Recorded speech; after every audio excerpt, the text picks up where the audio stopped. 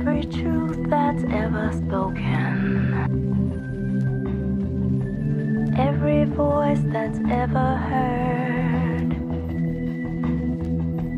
You all share the same emotions, every soul upon the earth. Every man from your beginning, every woman, every bird, you all share a common reason, every soul upon the earth.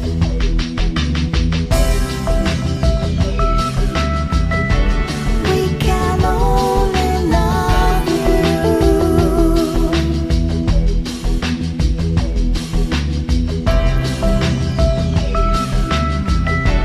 We can only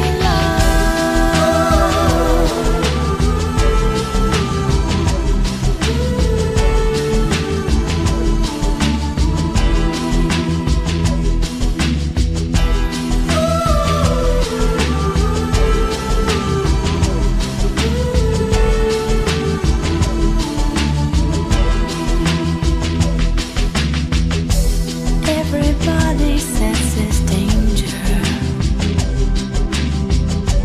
Everybody feels the hurt. You all share a common future. Every soul upon the earth. Travel home to yourself.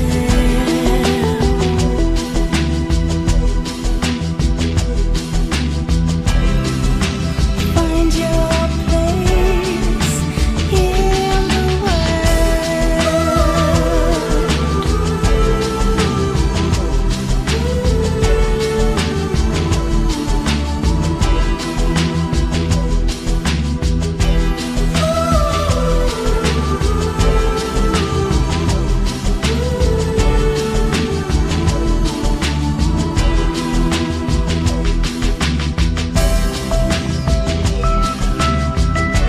We can only love you.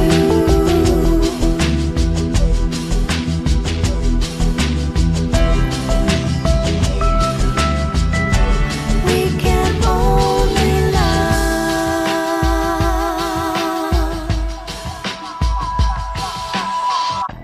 Every heart that's ever broken, every dream that's ever cursed, you all share the same emotions, every soul upon the earth.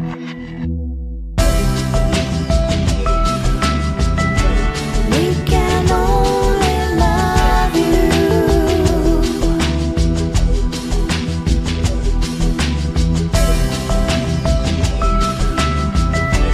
We can only love.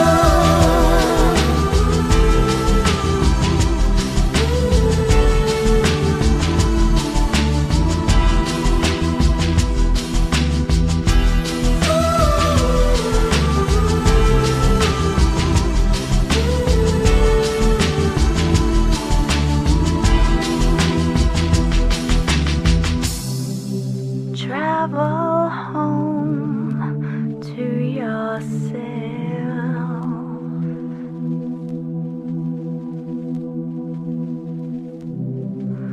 Find your place in the world.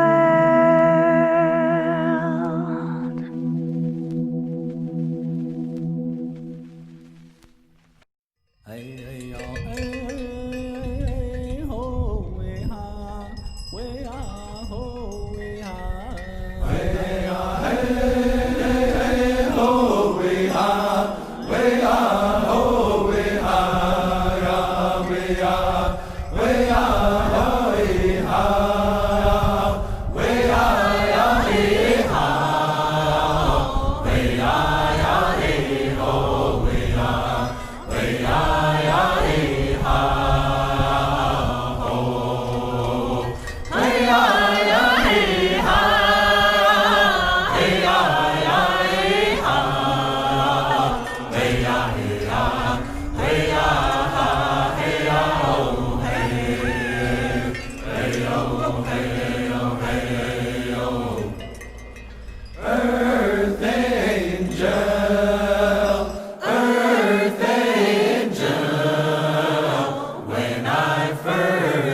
saw you, the stars were out so bright. The big squad was under moonlight. Earth angel,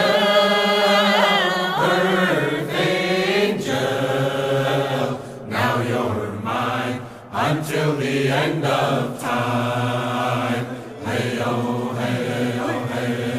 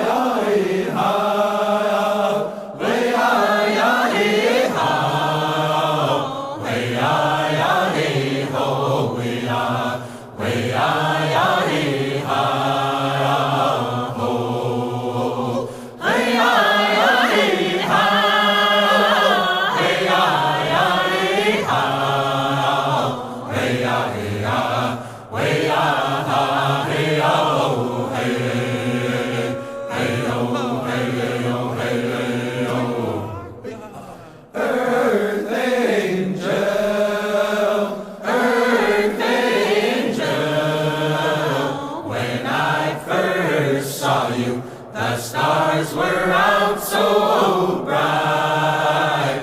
The big swan was under moonlight.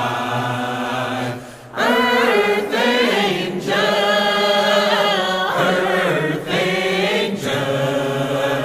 now you're mine until the end of time. Hey-oh, hey-oh, hey-oh.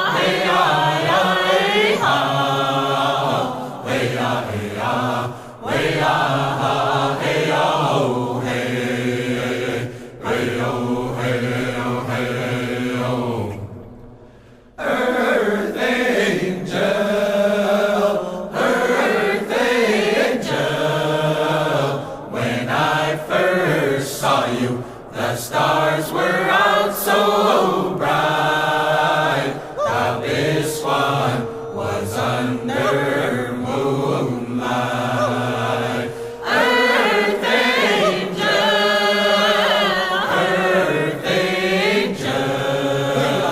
now you're mine until the end of time. Hey-oh, hey-oh, hey-oh.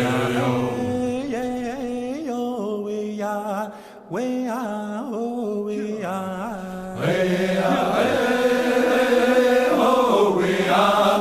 We are, oh, we are. We are, we are,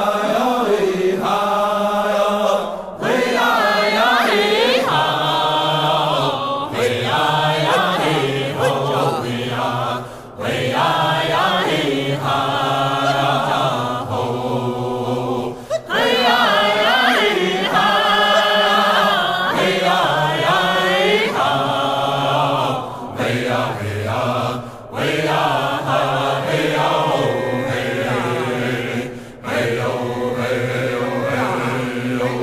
We are, we Earth angel, when I first saw you, the stars were out so bright. The big swan was under moonlight. Earth angel,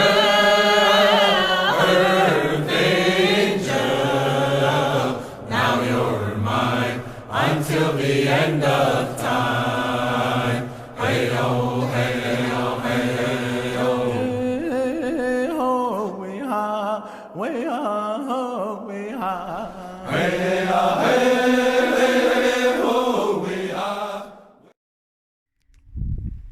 Hello, Captain here. Bon, on va aller faire une vidéo dans un coin qui a un look tout à fait amérindien, on se croirait. C'est les Navajo ou autre, dans l'Utah. Ici au col, vous avez vu les magnifiques chevaux avant. Bon, j'ai perdu du temps à en discuter 10 minutes avec un couple qui faisait la randonnée là. Bon, ben j'ai fait comme Jacques Crèvecoeur, hein. Et puis t'as le Scherer, on met des semences, on explique des tas de choses, on met des semences, après ça va germer. Alors ils sont d'accord sur certains trucs et puis d'autres ils savent pas, mais j'ai mis mes semences, voilà. Par contre ils m'ont appris un truc dingo, c'est que ils ont rencontré une dame qui faisait de la randonnée là-haut, là je vous montre où, dans une montagne qui s'appelle le Terbezou là. Alors donc ils ont rencontré une dame qui est furieuse parce qu'elle fait des randonnées, elle va dans des groupes de randonneurs. Alors un règlement, un décret serait sorti à trouver, tiens ceux qui sont bons, allez-y, trouvez-moi ce décret. Un décret est donc sorti que les gens qui organisent des randonnées en montagne, comme ici dans les Pyrénées, ils doivent obliger les gens à marcher à 1,50 m les uns des autres pour cause de contamination de virus. Ici, là, hein, à 2000 mètres, 2200, pleine montagne, comme chacun sait, c'est bourré de virus, évidemment. Et puis, de toute façon, les randonneurs, c'est des gens qui ne sont pas en bonne santé, ils peuvent se contaminer. Hein. Alors, il faut trouver ce règlement-là. Bonjour, il faut qu'on trouve ce règlement. Encore un règlement imbécile, encore un règlement pour faire comme en Chine. Et voilà, en avant. Alors ceux qui sont bons, moi j'ai pas le temps de tout regarder quand même. Trouvez-moi ce règlement qui oblige les gens qui organisent des randonnées, hein, les randonneurs, les groupes de randonneurs, qui obligent le ou la chef de groupe à faire marcher les gens pendant toute la randonnée à 1,50 m les uns des autres, en prenant des marques. Bienvenue en Chine, hein, les gens.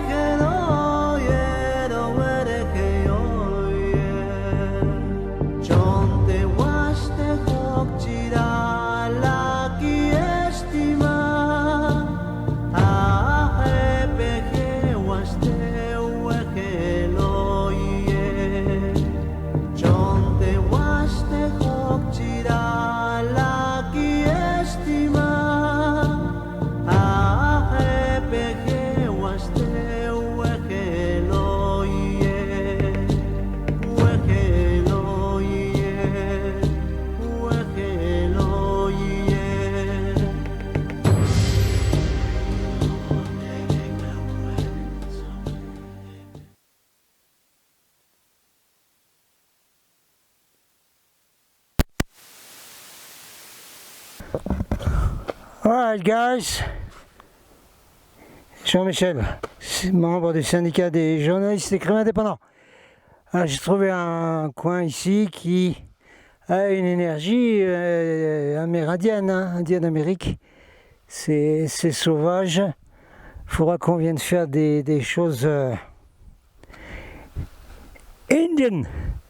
Yeah. Indian powwow or anything you want to do around here, do campfire, yeah. Come on.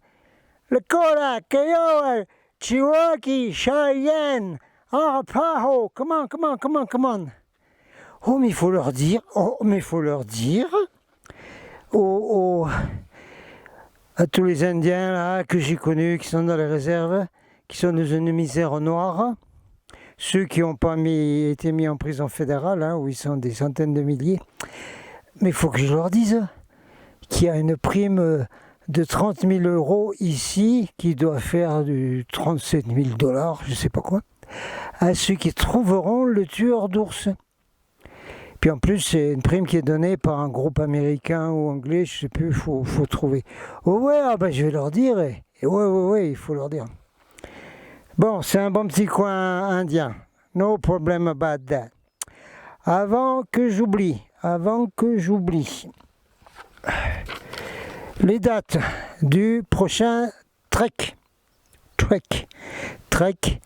au Vortex, qui se trouve par là, pas loin, hein, parce que c'est ici que, avec quelqu'un de nos équipages qui a pris la photo sous mes indications du grand vaisseau d'évacuation de 30 à 100 mètres de diamètre, là, et qui ensuite a fait comme ça, puis est allé dans la base extraterrestre. Nous ferons donc un trek, date qui m'a été donnée par un volontaire qui vient là, Thierry.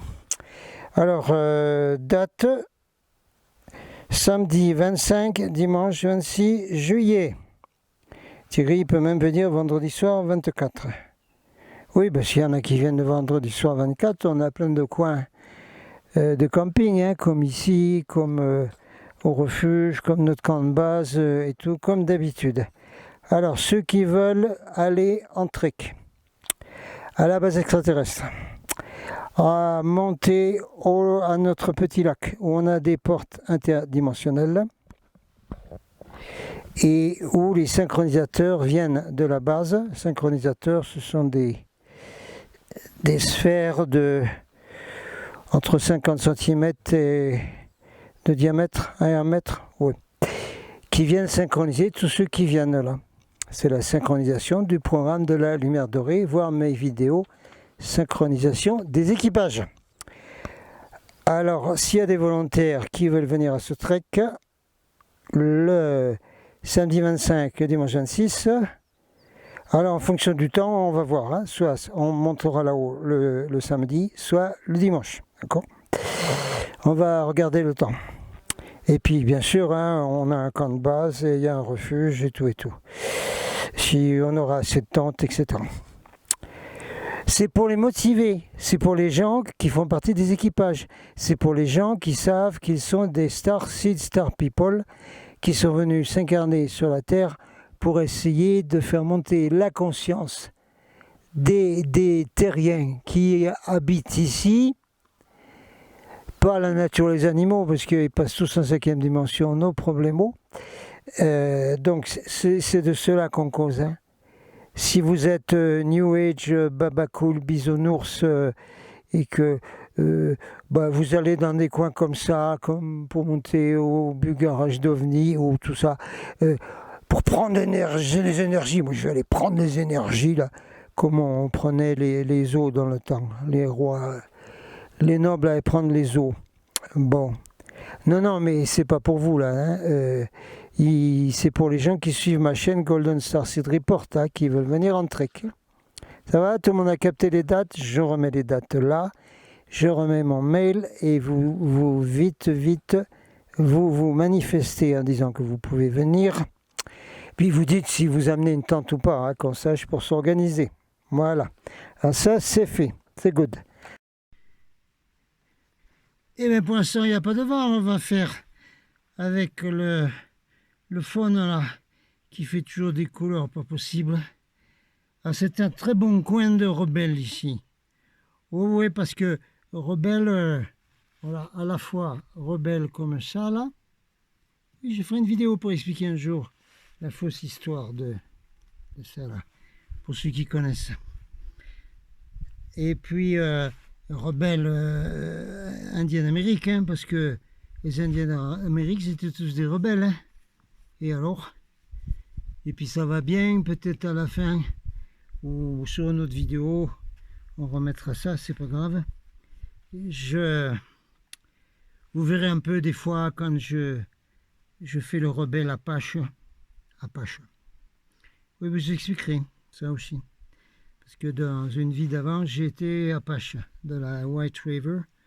J'ai rencontré dans cette vie-ci la chef de la tribu de Geronimo dans l'Oklahoma. Et puis j'ai été au cimetière des Apaches et tout. Et elle m'a confirmé ce que j'avais senti d'avant. Donc ça m'a confirmé cette vie antérieure. Donc vous inquiétez pas, des fois le capitaine il gueule comme un Apache. Hein. Voilà. Il gueule comme Geronimo, comme Nana, comme Mongoose Colorado et tout ça. Tous des gueulantes d'Apache. Faut pas s'affoler. C'est les Apaches. Voilà. Bon, ben on va faire un petit truc ici pour annoncer le contenu, ce coup-ci, du stage de septembre.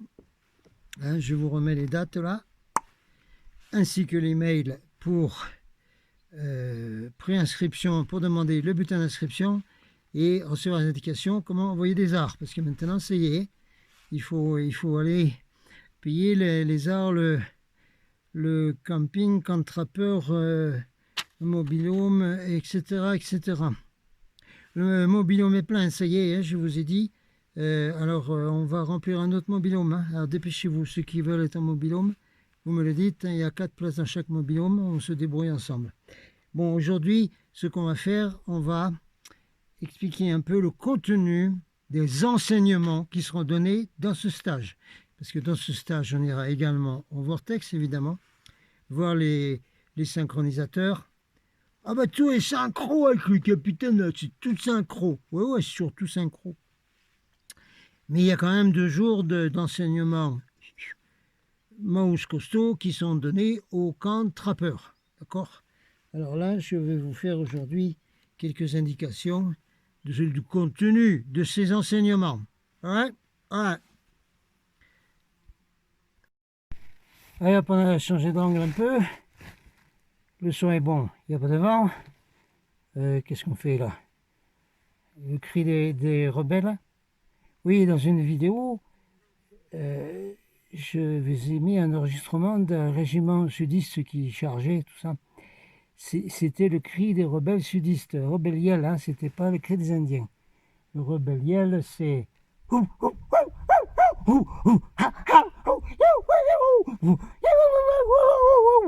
C'est quelque chose comme ça, multiplié par des milliers d'hommes. Les Indiens, c'est un peu pareil, on remarque, hein, quand ils chargent de cheval, vous connaissez le cri des Indiens. Voilà. Alors, on va donc faire peut-être bien 2 vidéos de présentation, parce que je crois que ça va être un peu long. Alors, allons-y. On va répéter donc le sujet du stage et d'où ça vient. Alors, une histoire, voilà, un message du chef Storningel Eagle, qui est un Yankton. Hein. On ne dit pas Sioux, Sioux c'est un mot pas sympa utilisé par les Blancs, c'est Yankton. Alors, on répète un peu tout ce que nous dit Storningel.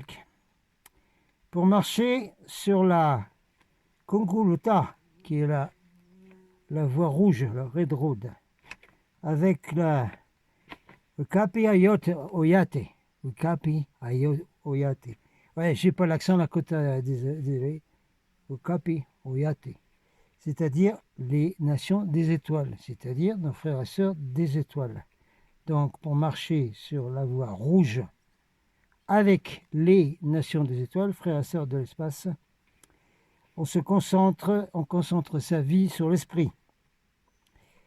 Il s'agit de vivre et de rêver. Vous savez que les Indiens d'Amérique, ils appellent ça le rêve. On rêve son rêve, on rêve sa vie. Ça veut dire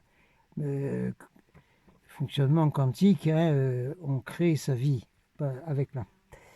Et pour agir avec les étoiles, pendant que nous sommes sur notre mer, Unsimaka, c'est le nom indien de la terre, qui est un joyau émeraude dans l'univers.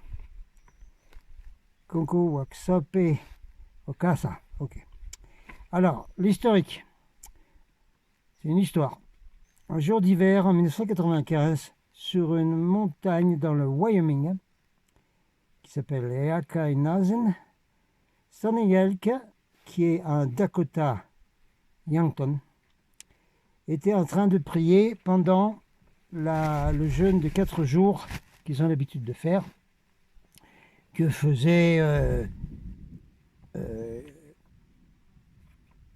Sitting Bull et Crazy Horse avant d'aller faire la bataille avec l'autre tueur, la Custer.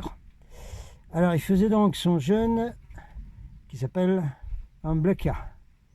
Alors il priait pour recevoir des bénédictions, des guidances sur ce qu'ils appellent un hôtel des étoiles, parce que ça fait très longtemps que les Dakota ont des hôtels qui fonctionnent avec les étoiles, hein, et il faisait la façon elk. Elk, c'est un animal de la Chanopawakan, la pipe sacrée. Alors, à un moment donné, il a été visité dans ce qu'ils appellent le Dream Time, c'est-à-dire ce rêve, ces visions qu'on a quand on est justement à faire des vision quest, quêtes de vision comme ça, où on ne mange pas et en principe on ne boit pas. Alors, il a été visité en rêve d'abord par les nations des étoiles, le Kapeoyate, bon, voilà, qui lui ont montré une grande barre d'apparence métallique avec des signes dessus. Alors, il a commencé à recevoir des instructions télépathiques, Stony Elk, et c'est parti pour un tour dans l'aventure donc de Stony Elk et de tout ce qu'il a créé après. Plus tard, dans une conférence UFO à Mesquite dans le Nevada, où il est arrivé par hasard, trop long à raconter. D'ailleurs, j'ai raconté dans d'autres vidéos qu'on mettra plus tard. Alors, les mêmes symboles stellaires ont été présentés par tous les conférenciers, ufologues, etc. Hein, tous ceux que je connais, qui étaient avec moi dans les conventions, les grandes conventions internationales qui étaient principalement en Allemagne, un peu au Danemark aussi. Alors, donc, ont été montrés sur scène, sur écran, les symboles, les mêmes que lui, on lui avait montrés par des nations des étoiles. Mais Sandino a compris là, que les interprétations des symboles qui étaient données par les conférenciers ufologues, les grands Manitou de l'ufologie mondiale, n'est-ce pas, c'était incomplet et beaucoup étaient faux. Alors, il a dit, ça ne va pas, moi, il me faut plus de guidance là-dessus. En revenant dans le Dakota du Sud, Stanley a commencé une série de cérémonies en demandant l'aide de sa tribu, hein, en utilisant l'autel de danse du soleil avec son petit-fils Dearman et en utilisant les Nipi, la tentation, Sweatcoach. Alors très rapidement, dans cette cérémonie de tentation, Sweatcoach, un enseignant est venu en esprit qui s'appelle Ista Wanzi, One Eye, qui a interprété un à un, tous les symboles avec des cérémonies qui ont duré longtemps. C'est un gros travail, ça n'a rien à voir avec le channeling du New Age qui est du pipeau. Là, c'est du gros travail solide que font les Indiens depuis très longtemps. Donc, des cérémonies qui ont amené donc les lois spirituelles du Créateur, les 11 lois spirituelles du Créateur et les 11 lois universelles du Créateur. Créateur chez les Indiens, c'est un grandmother spider, hein. C'est féminin, Créateur. Alors, les enseignements de ces cérémonies ont commencé donc tout un matériel qui s'appelle Maka Wakapi Wakahan. Ensuite, il a donné donc les 22 lois stellaires dans les premières conventions qu'il a organisées, où j'ai participé dans plusieurs comme représentant de la Star Command, si vous voulez. Exactement ça, oui. Avec des interprétations un peu dans ces conférences. Et il a appelé à avoir plus de compréhension là-dessus. Donc un groupe s'est formé autour de lui qui a fait encore plus de cérémonies, etc.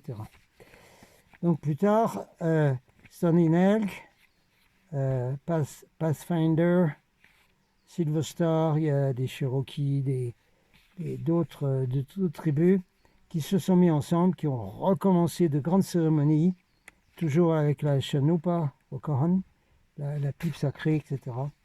Et puis aussi, bien sûr, les Sweat Lodge, hein, pour appeler l'esprit ce qu'ils appellent les grands-mères et les grands-pères.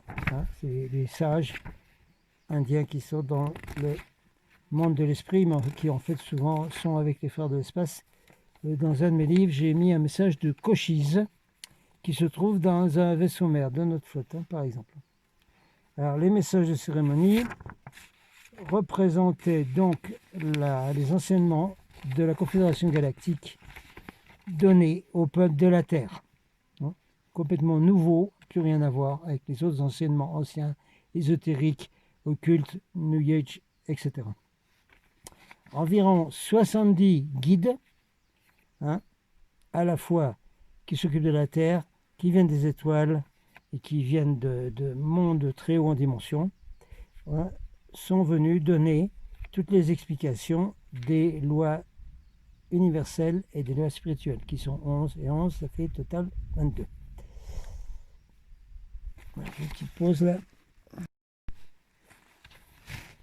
Allez, on continue notre histoire des Indiens américains, de ceux qui sont extrêmement progressifs,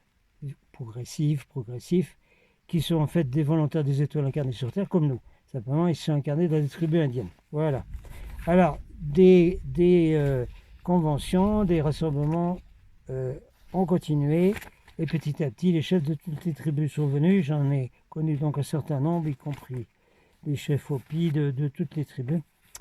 Alors, pour pouvoir partager les enseignements de ce qu'ils appellent les Tonkashila, les grands-pères, ils les appellent les Tonkashila, et les Unki, c'est les grands-mères, les grands-mères. Donc il y en a qui sont venus, donc des grands-pères, des grands-mères sont venus de toutes les tribus indiennes pour aider. Et avec la connaissance spirituelle des nations des étoiles, qui était donnée donc au peuple de l'Amérique et du monde. Alors un certain nombre d'hommes médecine, comme on les appelle, qui venaient de toutes les tribus, ont tous été d'accord qu'il était temps, parce qu'on arrivait à l'accomplissement des prophéties que les Indiens ont reçues depuis très très longtemps, et que ces enseignements étaient vitaux pour notre existence en tant que race humaine sur Terre. Eh bien un peu oui, parce qu'elle est mal barrée la race humaine sur Terre. Alors, donner les rêves, les visions des Tonkashila, ça va augmenter la fondation de nouvelles nations sur Terre. Comme par exemple en France, la famille jaune, c'est une nation. Oui.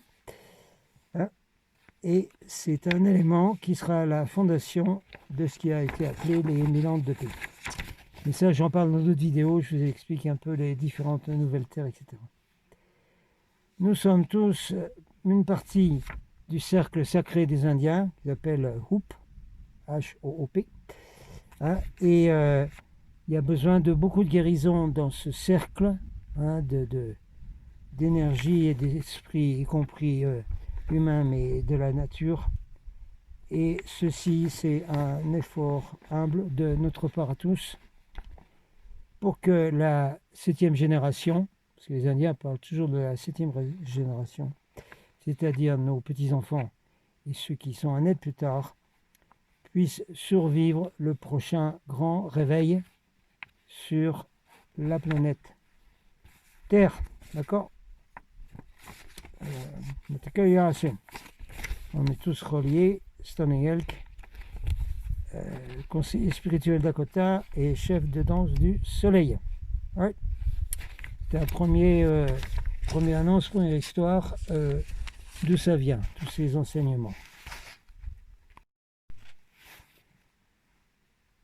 Voilà, dans cette vidéo, on va faire un premier épisode d'explication des enseignements des stages. Connaissance des étoiles avec le Capotan, n'est-ce pas? Tiens, puisque tout à l'heure j'ai parlé d'Apache, on va donner un message d'un Apache, d'un Tonkashila Apache.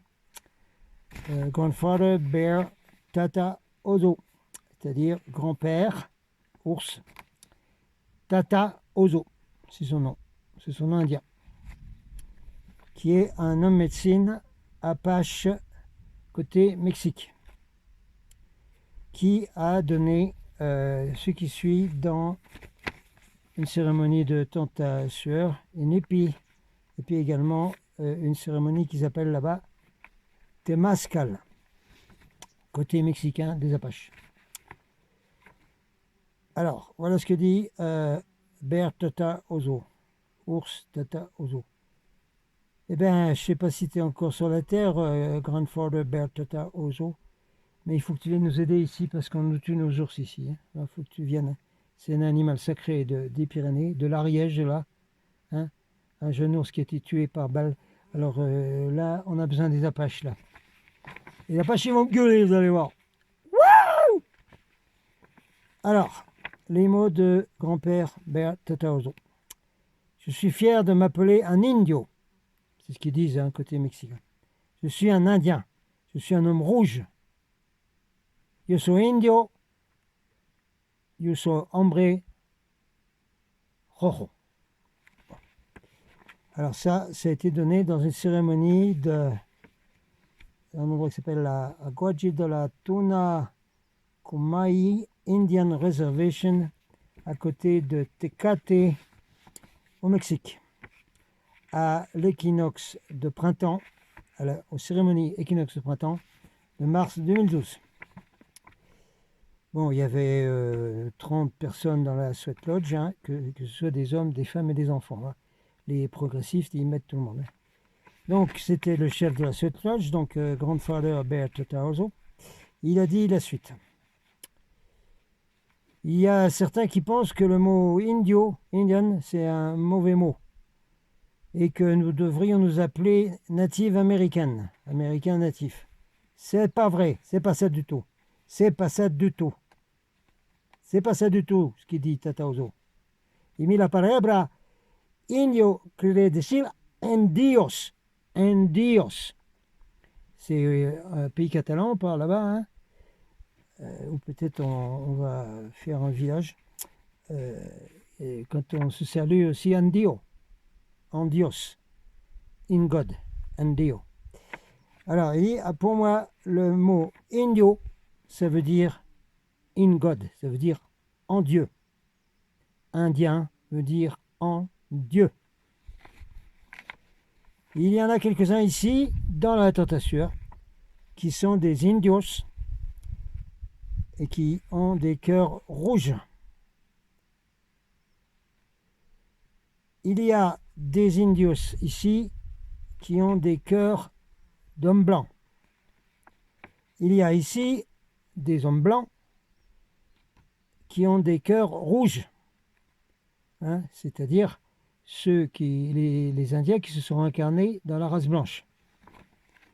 Comme moi-même, là, moi aussi, j'ai fait ça. Il y a donc des hommes blancs avec des cœurs blancs, mais quoi qu'il en soit, aucun d'eux ne sont avec nous. Il faut avoir un mix des deux. Cœur blanc et cœur rouge. Il faut mixer les deux.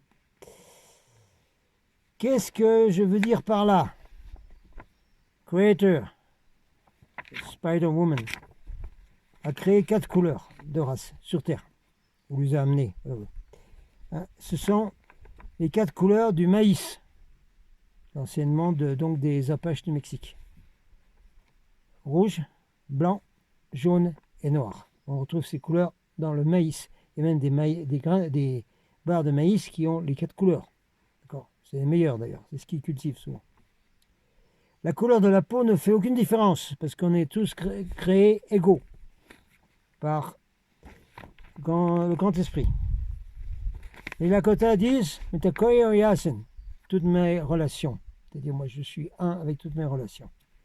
Nous sommes un aux yeux du grand mystère créateur, Wakatanka, Ometeotl, qui disent là au Mexique. Nous sommes tous une petite partie du créateur. La couleur de la peau ne veut rien dire du tout. La couleur du cœur, ça, c'est une chose différente. Merci, grand-père Tata Ozo, parce que aujourd'hui, dans toutes les révoltes pour la liberté, dans tous les pays de cette terre, nous voyons bien qu'il y a des cœurs qui ne sont pas divins du tout, hein, qui n'ont pas une bonne couleur du cœur. N'est-ce pas le type là qui est comme un clou avec une espèce de gros chapeau là, hein, qui dit nous ne sommes pas dans le même clan. Qu'est-ce qu'il a dit déjà? Ouais, c'est vrai.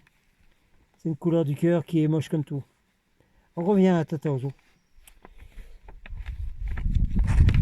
L'Indien, l'indio, avec un cœur rouge, se rappelle que lui ou elle appartient à la terre et la terre ne lui appartient pas. L'indio se rappelle qu'il a été placé sur la terre pour prendre soin de la terre, pour prendre soin de l'air, de l'eau, de la peau de la terre, hein, inclus les rochers, les montagnes, les ressources minérales, les plantes, les animaux, les oiseaux, les poissons et tous les insectes qui sont tous une partie de la mère terre, et partie l'un des autres. La voie du cœur rouge, c'est la voie de la paix. C'est la voie de prendre soin et de respecter tous vos frères et sœurs sur la terre. Les gens avec le cœur rouge respectent tous les éléments de la terre-mère. L'air, l'eau, le feu et la terre elle-même. La voie du cœur blanc, c'est la voie de l'avarice. C'est la voie de la destruction de la terre pour avoir un gain à court terme et pour la guerre. C'est la voie du matérialisme. Ceux qui ont le cœur blanc, vous pouvez les reconnaître tout autour de vous. Le cœur blanc dit « Je possède cette propriété, je possède cette voiture, je possède cette maison, tout ça. » Ceux qui ont le cœur blanc, ils disent qu'ils possèdent l'air, l'espace, l'eau et la terre. Ils disent nous pouvons construire des barrières pour empêcher les indios et les autres qui ne sont pas comme nous, parce que nous sommes supérieurs à eux. À où, hein? À où? Vous savez ce qu'on dit tous ceux qui disent à où? Oui, voilà. L'indio qui a le cœur rouge, il dit c'est le Créateur qui possède cette propriété, mais c'est à moi de m'en occuper. Il y a vraiment une marque d'absence complète de possessivité dans ceux qui ont le cœur rouge. Le cœur blanc enseigne qu'on peut déranger, qu'on peut haïr tous ceux qui ont une couleur différente de peau, comme l'enfumage actuel de soi-disant racisme et des révoltes et tout ça. Tout est fabriqué, hein, par des White Heart, même s'il s'appelle Black Lives Matters, subventionné par Soros. Alors, reviens à Tata Ozo, s'il te plaît. Oui. Alors, donc, l'enseignement des cœurs blancs, c'est de ne pas aimer ceux qui ont une couleur de peau différente, un langage différent, une culture différente, une religion différente. En particulier les religions non chrétiennes. Et les immigrés. Enseignement du cœur blanc, on n'aime pas les immigrés. Le cœur rouge, comprend que nous sommes tous un et que nous sommes tous une petite partie du Créateur de l'univers, nous ne sommes pas séparés. Les gens du cœur rouge, ils vivent dans un hoop, un cercle. Personne ne se met devant eux pour les commander. Personne ne se met derrière eux pour les diriger ou les posséder, comme le font les archons reptiliens. C'est moi qui dis ça. T'es ok, Tata Ozo? Ouais, ok.